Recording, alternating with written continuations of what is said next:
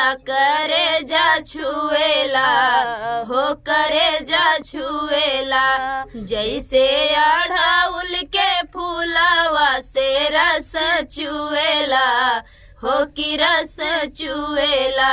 जैसे अड़हुल के फूलवा से रस चुएला हो कि रस चुएला। माई महारानी के मोहनी मूर्तिया करे जा छुएला हो करे जा छुएला।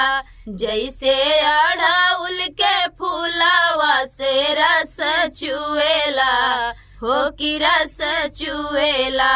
जैसे अड़हुल के फूलवा से रस चुएला हो कि रस चुएला। सिरवा मुकुट टीका सोहेला ललाट हो, नाक में नथुनिया आखी कजरा सोहात हो, कजरा सोहात हो। लाले लाले होठवा पे सोहेला ललैया हो करे जा छुएला हो करे जा छुएला। जैसे अड़हुल के फूलवा से रस चुएला हो कि रस चुएला। जैसे अड़हुल के फूलवा से रस चुएला हो कि रस चुएला।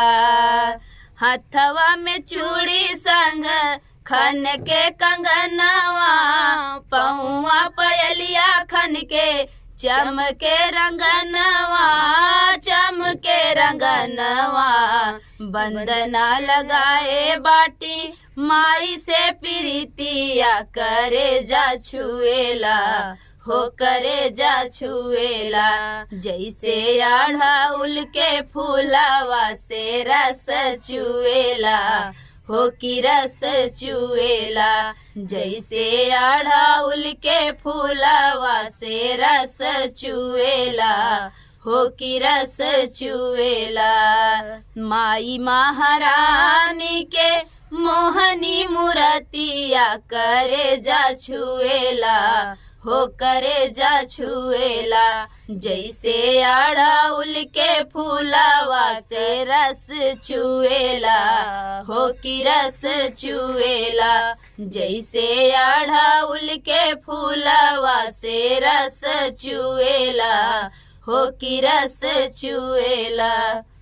तो फ्रेंड, बहुत ही सुंदर नवरात्रि का स्पेशल भक्ति गीत है। आप लोगों को कैसा लगा कमेंट बॉक्स बताना, और फिर मिलते किसी नए गाने के साथ। तब तक के लिए बाय बाय दोस्तों।